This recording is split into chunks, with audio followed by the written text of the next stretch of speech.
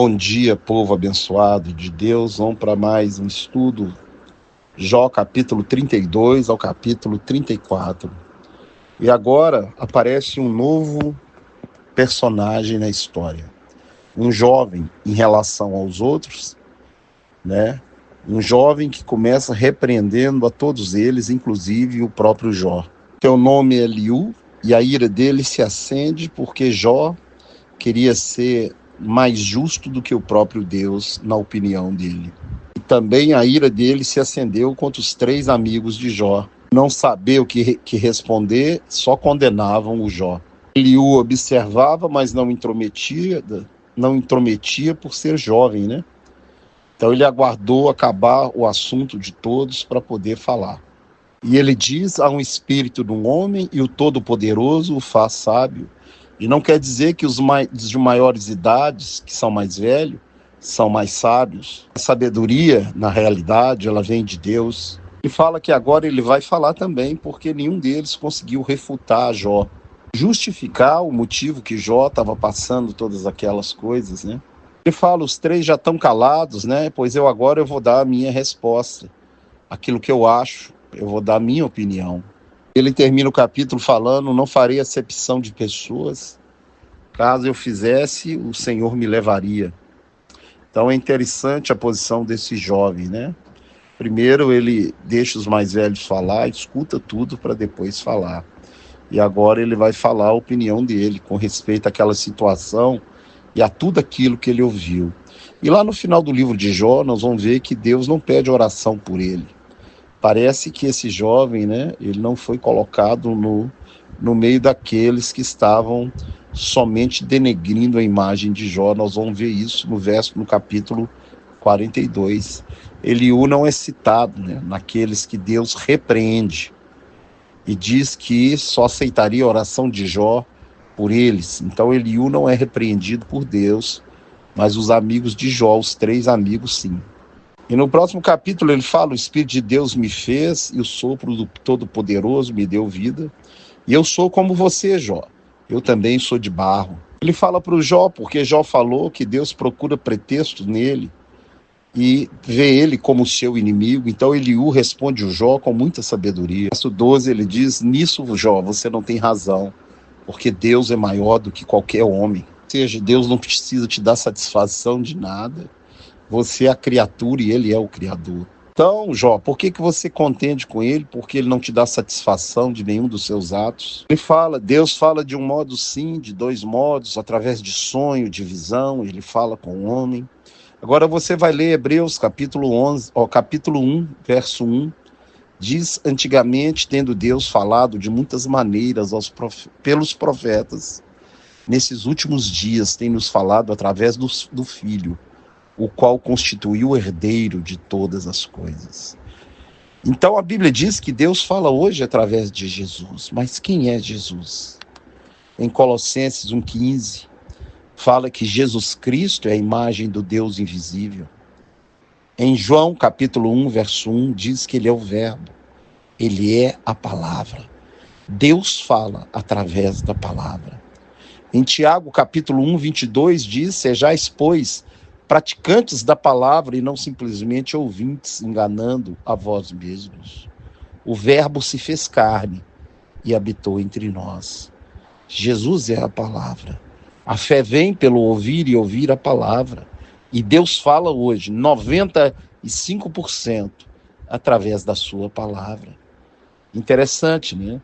Porque para Eliú, ele está falando que Deus fala em sonho, né? Fala em revelação, fala com o espírito do homem naquela época, e nós sabemos que depois Deus vai usar muitos profetas, muitas pessoas, para falar para o povo de Israel, para o povo de Judá. Mas hoje, nessa manhã, ele fala com você através dessa palavra.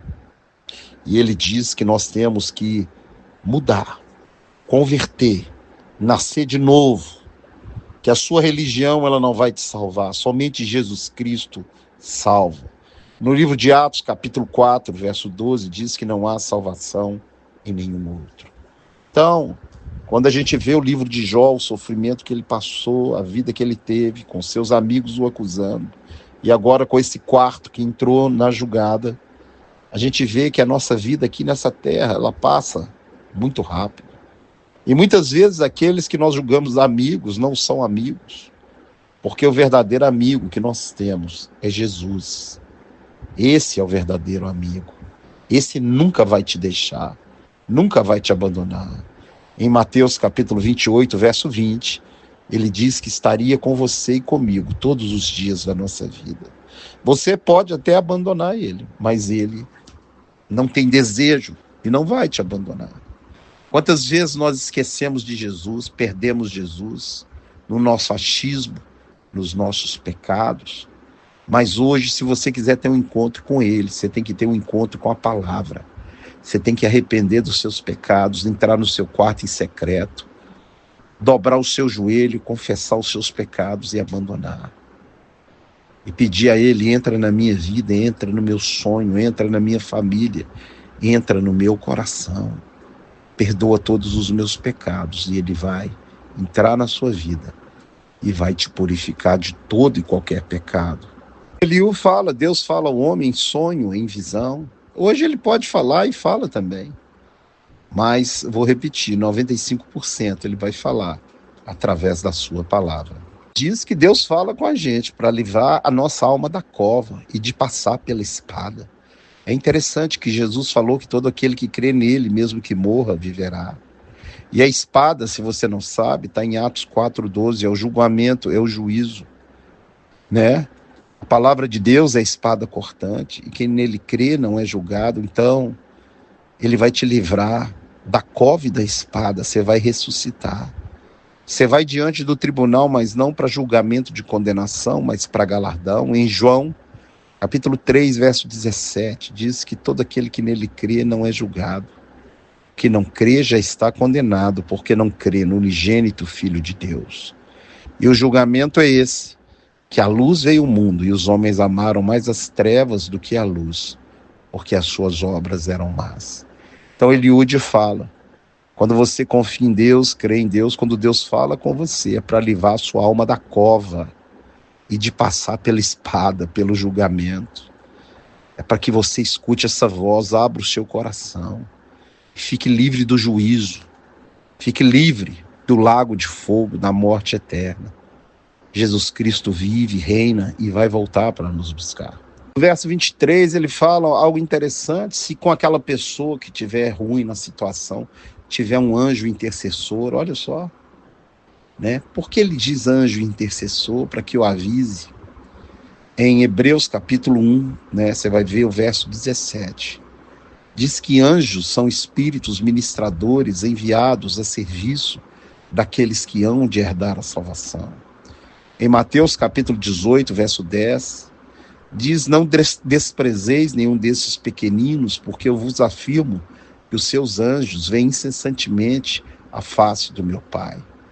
E a palavra diz que o anjo do Senhor acampa-se ao redor daqueles a quem ele ama e os livra. E aí está falando um anjo intercessor. Hoje quem intercede por nós está em Romanos 8, 26. Fala que ninguém sabe orar como convém, mas o Espírito Santo de Deus intercede por nós com gemidos inexprimíveis. E muito mais do que anjo, além do Espírito Santo, né? Você vai continuar lendo o texto de Romanos 8.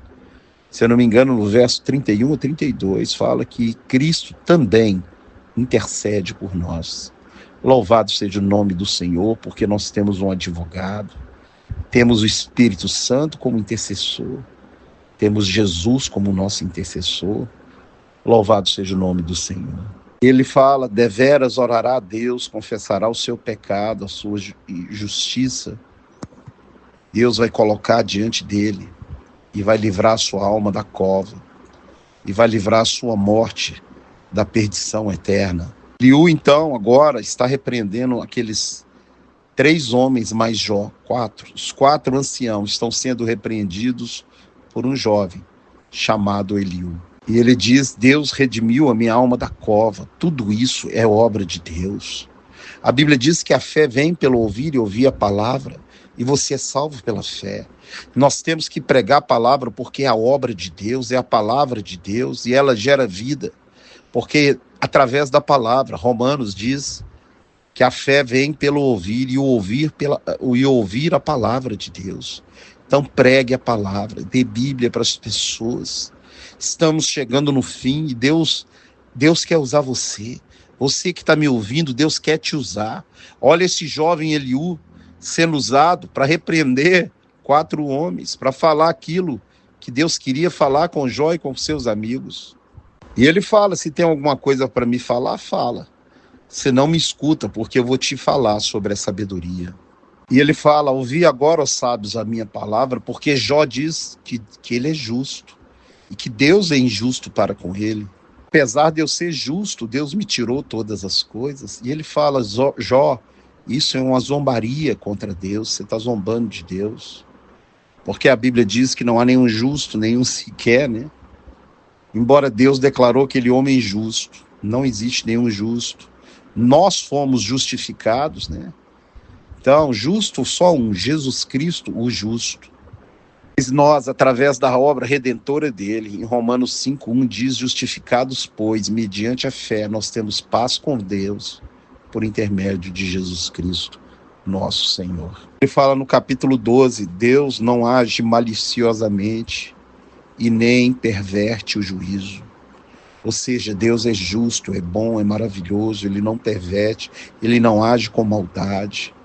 Todas as coisas cooperam para o bem daqueles que amam a Deus, daqueles que andam segundo o seu propósito. Ele fala para Jó, você vai querer condenar aquele que é santo, que é justo, que é o Criador de todas as coisas? Ele que não faz acepção de pessoas, que não faz diferença entre o rico e o pobre, entre o príncipe e o outro? Você vai querer condenar esse, Jó? Fala que à meia-noite eles morrem. O que é isso? Que tanto morre o rico, o poderoso, como o pobre e o sem poder. Todos estão nas mãos do Deus Todo-Poderoso. Louvado seja o nome do Senhor, que não faz acepção de pessoas, não aceita suborno, não mente, ele é a verdade, reto juiz, santo, verdadeiro, maravilhoso. E no verso 21 ele fala, os olhos de Deus estão sobre o caminho de todos os homens e ele vê todas as coisas. Depois você lê o Salmo 139, o Salmo de Davi, ele fala, da onde fugirei da tua presença, se eu subo nos mais altos montes, o Senhor está. Se eu desço no mais profundo abismo, lá o Senhor está também. De longe penetra os meus pensamentos, antes mesmo da palavra chegar na minha boca, o Senhor já sabe o que eu vou falar. É esse Deus, o Deus de Davi, o Deus de Jó, o Deus de Abraão, o Deus de Isaac. Ele que está sondando o seu coração nesse momento. E o que ele espera de você é que você arrependa, que você vá a ele de todo o seu coração. É que você leia Romanos 12, 1 e 2. O que é isso? Ofereça o seu corpo hoje como sacrifício vivo e tenha uma metanoia, uma mudança de mente, né? Não vos conformeis com esses séculos, mas renovai pela transformação da vossa mente. Converta-se a Deus de todo o seu coração. Nasça de novo, entregue a sua vida e siga o Todo-Poderoso. E você, lá no fim, vai receber o seu prêmio.